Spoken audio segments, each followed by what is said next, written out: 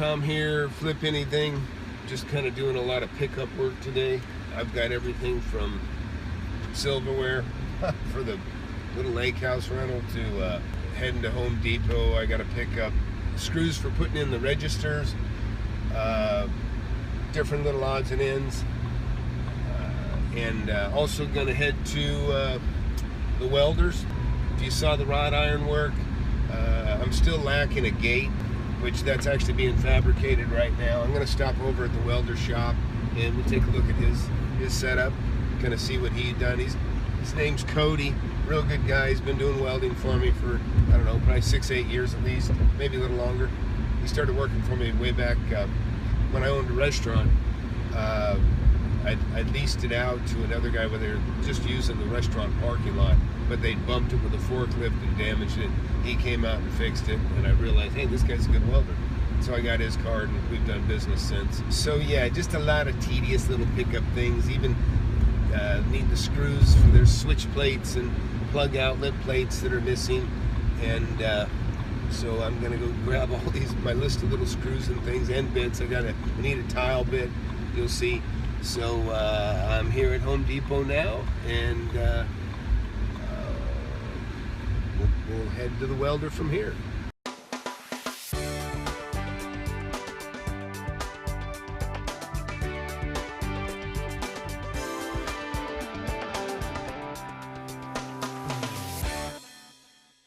Just got to Cody's place.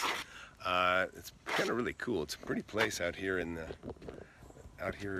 some acreage. In fact, I could hear cows, and I can see that the cows get clear up here to the property. You can see he's got a little fabrication yard here where he's obviously doing work for some pretty big jobs and some big stuff.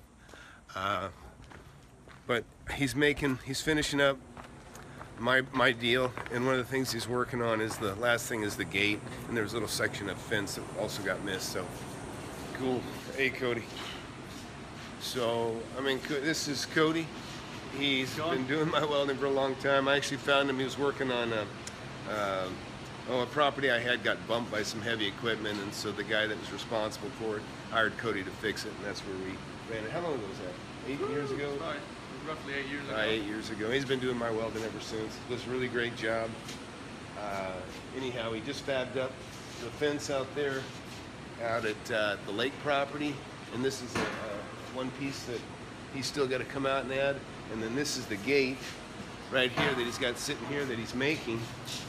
And this is the top? Yeah, I guess so. This is the top. We'll have 2 inches on sticking up with the spears on top, the finials.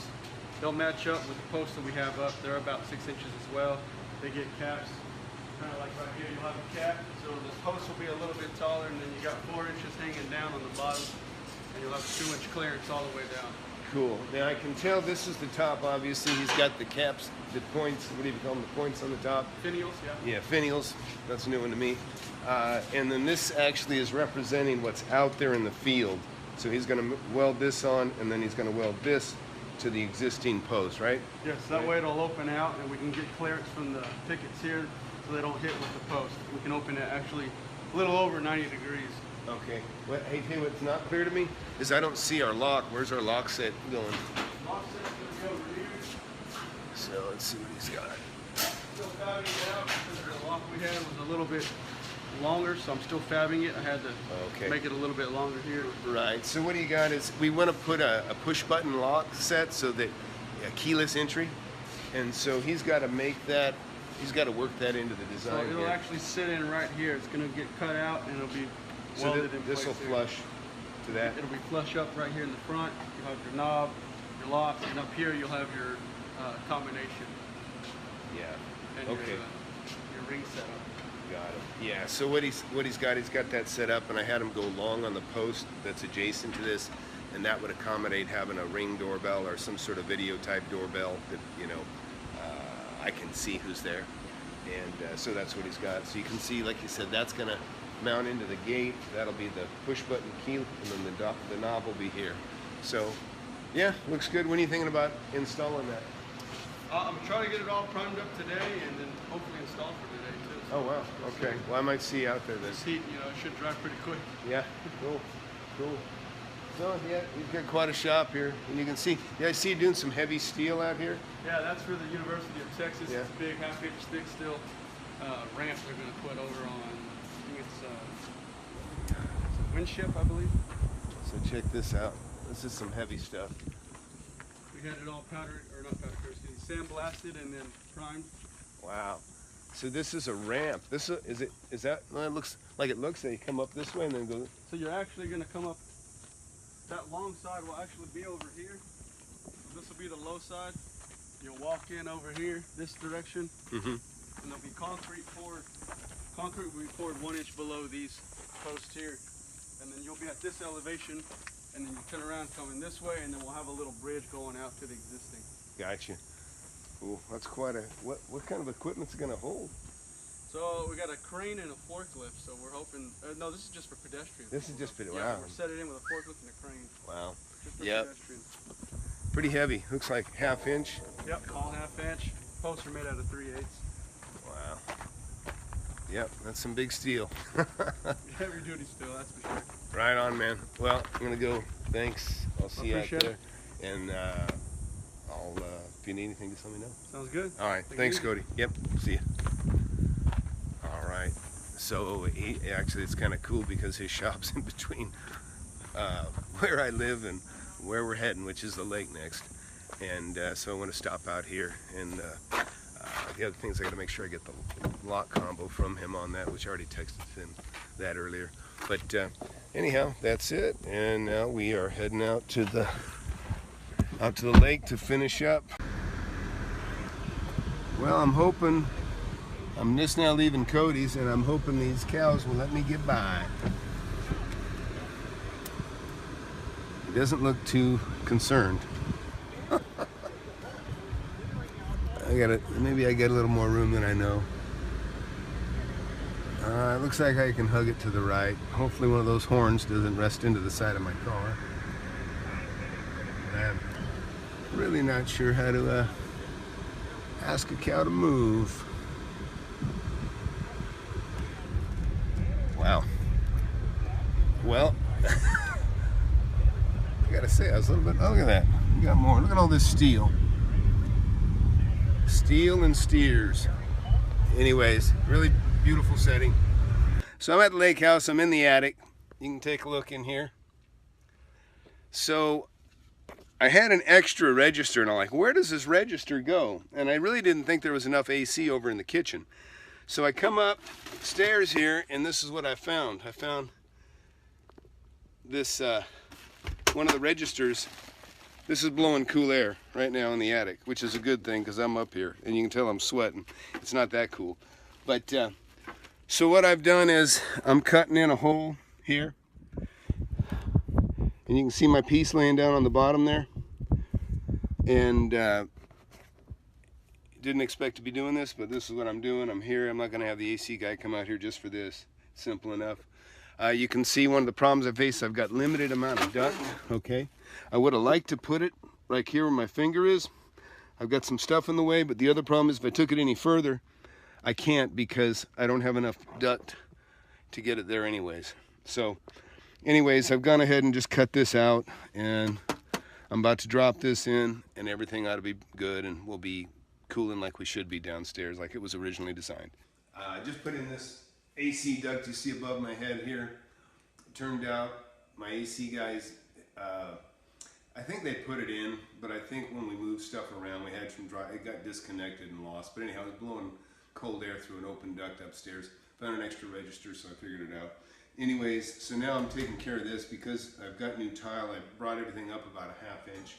And so I'm anchored in place here. Now I've got to bolt this down, but first I got to get through this tile and hardybacker substrate. It's about a 1/2 inch thick. So I'm going to drill these holes a little bit oversized so that when I do put a bolt through here, it doesn't put any pressure on the outside of that tile and end up causing it to crack.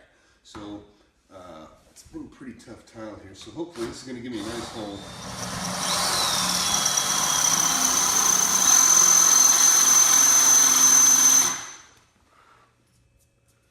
And it is hard.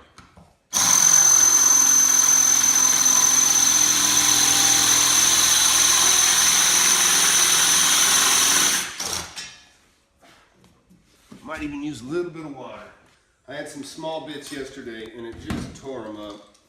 So I'm hoping that I'm gonna do a little better today. Yeah, that AC, that was a good find today. If that had gone unnoticed, there'd be AC blowing up in the attic for maybe years.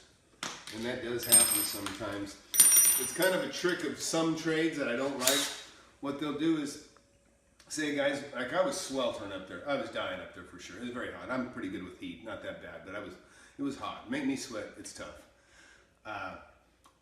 But what people do when they got to work in the attic and they're desperate and it's getting so hot, they'll take their knife and they'll cut a little slot in the duct, and that way it's blowing cool air on them where they're working.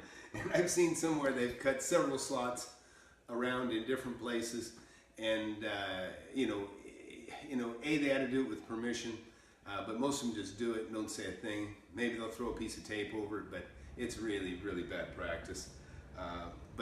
Anyways, so back to this. I'm going to drill this out, and I'm using a little smaller stick here to really get through. It's really been tough. Let's see, put a little water in here. Help cool the bit too.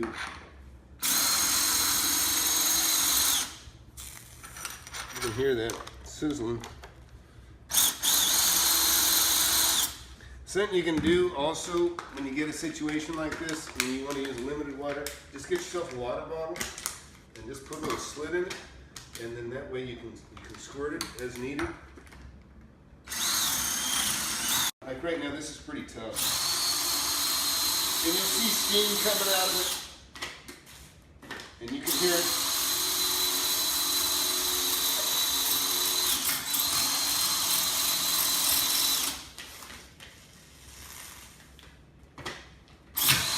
There we go. See, I just broke through the substrate, so now I can get a bolt in there. And I'm going to put another one back here.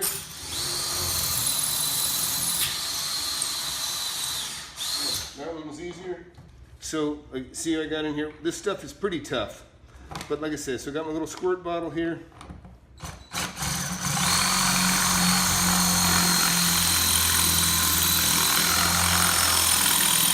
You see that water steaming? I got a little puddle there, so I'm okay.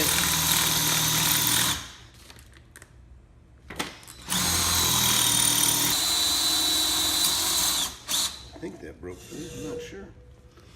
We'll go over to this over here and you'll see again. Actually, so now I'm going to change bits because I want a slightly larger hole. And the reason is when I put a screw in there, I don't want it to hit the sides of that tile, because if it does, it'll expand it and it'll give me a crack right across one of these tiles. So I got my first hole. This is a second one. One actually kind of is a pilot for the other. And there I got through. Now these are actually, I got these so that they will actually cut through rebar. These ones have so they're tough enough though, if they hit rebar, it won't ruin them. See, there I go, I just went through. This is actually working better than thought. I'm going to live with 3 right now because I want to make sure I get something drilled over here without having to, you know,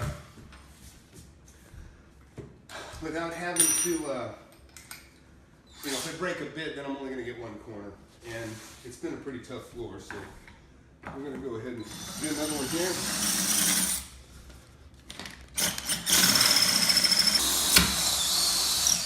Yeah, got one. Another one. Let's see. Actually, I'll go for over here. Got another one here. You gotta be careful, these bits can get hot too.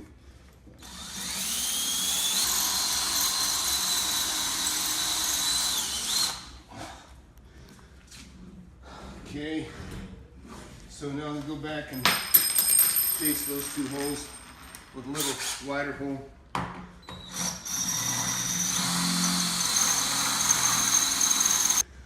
Alright, my battery's going dead, but it's working out well. So I got enough clearance around here now. I'll show you. So you understand what I'm doing. I'm going to go in with this lag screw. That's what's going to hold this down. So the lag screw is 1/4 inch. Okay, my hole here is 5/16, so that you can see that I got plenty of room. Come on down here. So I've got, what it is I've got room. I want that screw to float in the hole, because if I make it the same size or close and this thing gets in there, it'll start to expand on that tile and it won't cut. It'll just crack and we'll have a crack coming off here. So anyways, that's all. And like I say, I've got better screw guns than this. This is a, you know, battery operated. It's a fine gun, but I could even put a light impact here and chisel through it, you know. But anyways, this is just me fixing one little house by myself out of my little BMW, my car that has just my small bag in it. Tom here. So I came back out to the lake house to check out the final work on the gate. All looks good. So what we got now is you can see we got a hinged gate with code, and ultimately I'll put up a similar access box on the door itself over there at on the house. But iron gate looks good, self closes, and so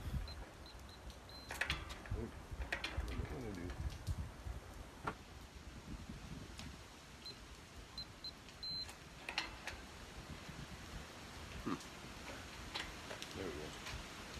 So I didn't look at his locks. I'm sorry. Oh, so he's got spring-loaded hinges on here. So yeah, it worked out really well.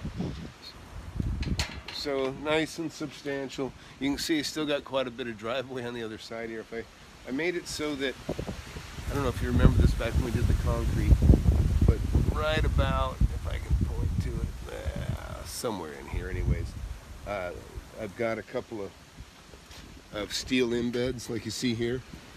I've got another one in front of me there and another one over there in the corner. And the reason I did that is so that if I wanted to, I can return the fence that way, back here about right here. And then over here, what that'll do is I can pour more driveway if I want, and I can add maybe 1 or 2 more parking spots here. This driveway, you can already see we poured a huge driveway, but I could pour another 12 feet maybe right here and take it up behind the and so then instead of 3 cars wide, it'd be 4 cars wide, maybe 2, maybe 3 deep. Because you can tell by this the roads here, there's no street parking, so that's why I poured this extra wide, and so that way, you know, you have some sort of a party function or something like that. You know, it'll accommodate everyone well. And I don't think I ever shown you a rough weather day out here yet, so I'll come up here real quick and let you see what's happening out on the lake. You can see I still got to clean up a little bit. I still have some remnants on the flooring, that sort of thing. But let's see, you can see the cove right there, the main body of the lake out there. It's kind of a rough, rainy day. We even got whitecaps out there on the lake, so. But still, nice, fun, peaceful place to be. Really like it. And I don't know, just take a look over here. You see these houses behind me? Yeah. Behind me, that's another cove. So we're actually looking at houses that are facing another cove. So there's another cove down here. So it's like a cove over here, and then the main body of the lake out there in the middle. But and then there's another view of the ironwork. So, and got a break here. It's not pouring rain right now. I just caught my foot on a nail right there. Not a good thing. I gotta make sure that goes away. So I guess I'll pound that down real quick. Anyways, that's it for now. Flip Anything USA, just kind of giving you, this is the last piece. This is it. You know, that was the last thing I really needed to do, is this gate. Everything else is just minor, you know, touch-ups. It's done now.